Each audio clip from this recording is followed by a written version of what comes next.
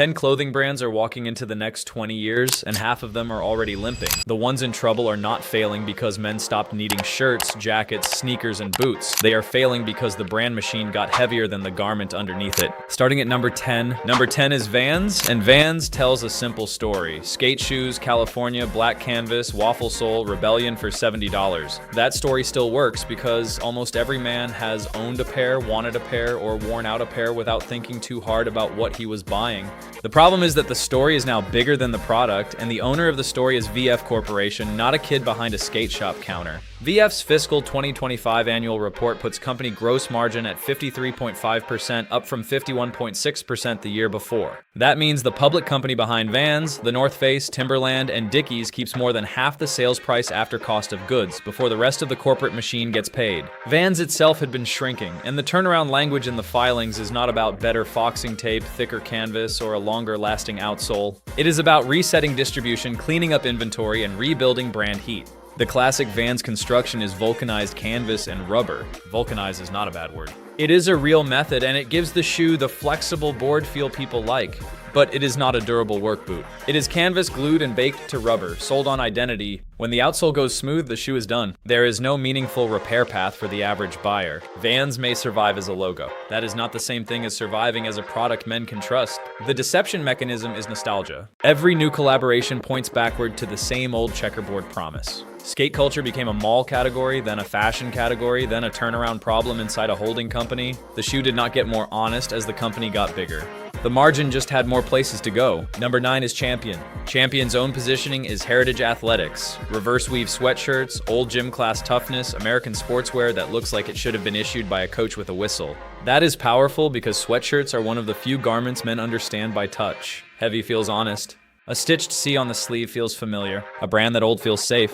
Then the ownership story starts doing the talking. Hanesbrands agreed to sell Champion to Authentic Brands Group in 2024 with the transaction built around brand ownership and licensing. That matters because licensing changes the center of gravity. The product is no longer just a sweatshirt.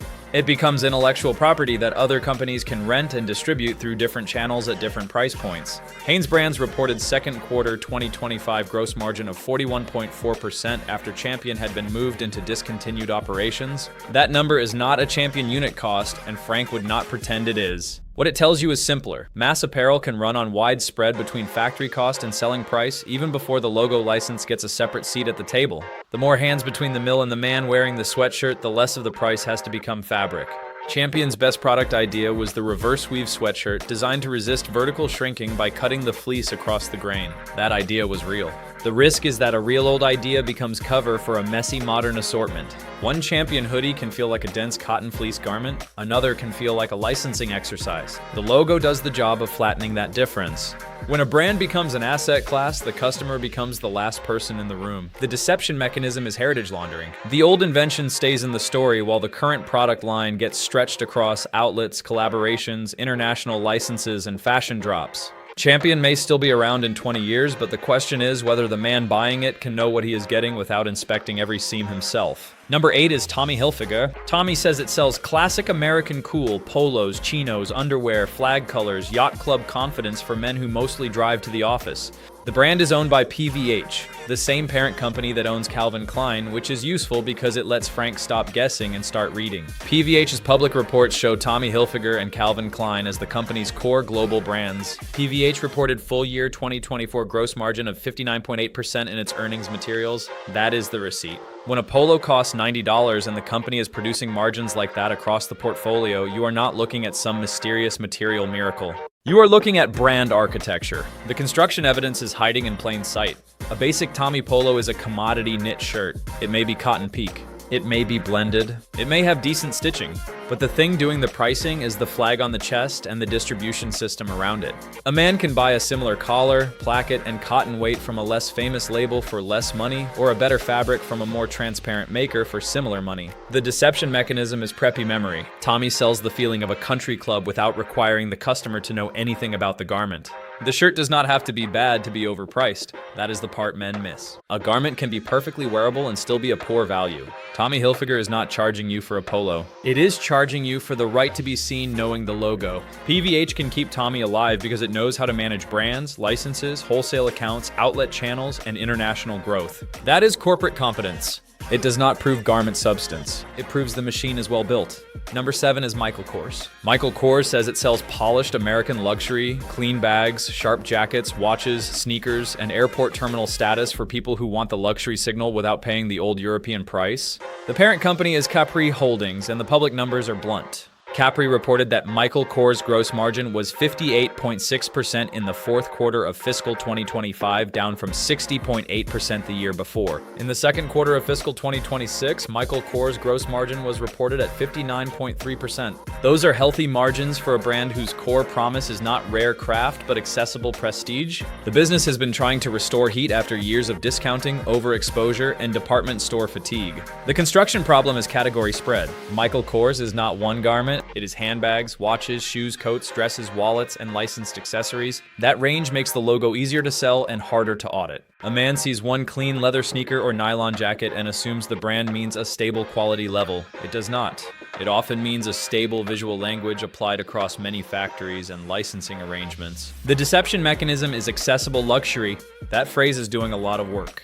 Luxury used to mean scarce materials, slow production, and a maker whose name mattered because the work mattered. Accessible luxury often means the old luxury signal has been industrialized, expanded, promoted, and discounted until the outlet price becomes the real price. The discount is not a gift. It is part of the design.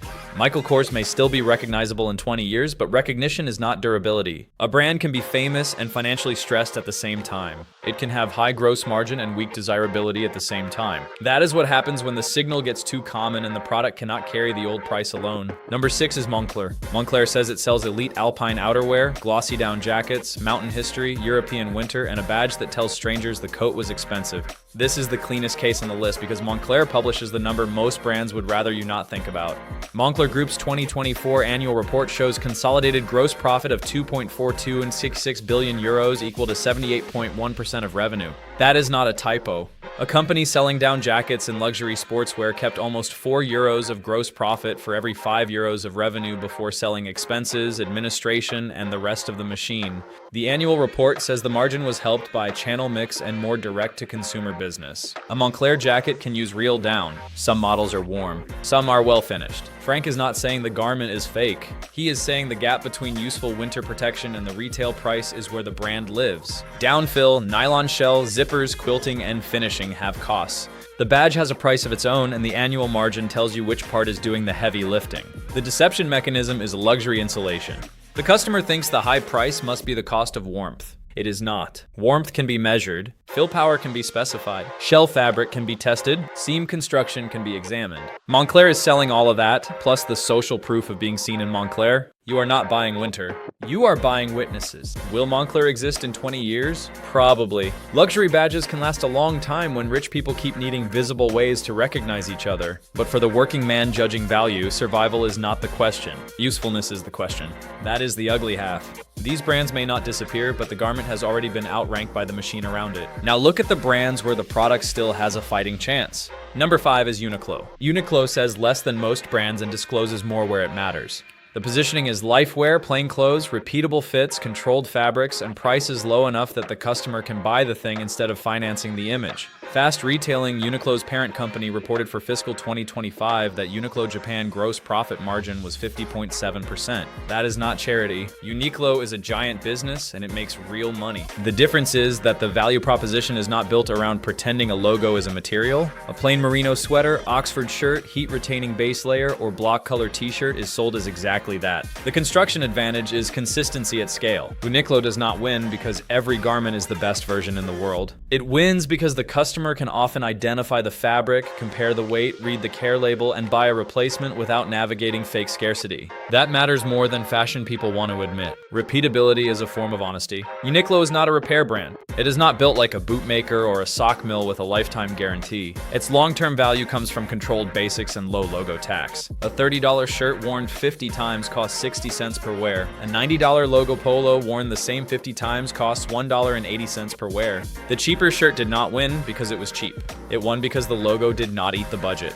There is no romance in Uniqlo. That is the point. Number 4 is Darn Tough. Darn Tough says something very dangerous for a clothing brand. If these are not the longest lasting socks you have owned, send them back for another pair. The company calls it an unconditional lifetime guarantee. No receipt needed, just the pair in question.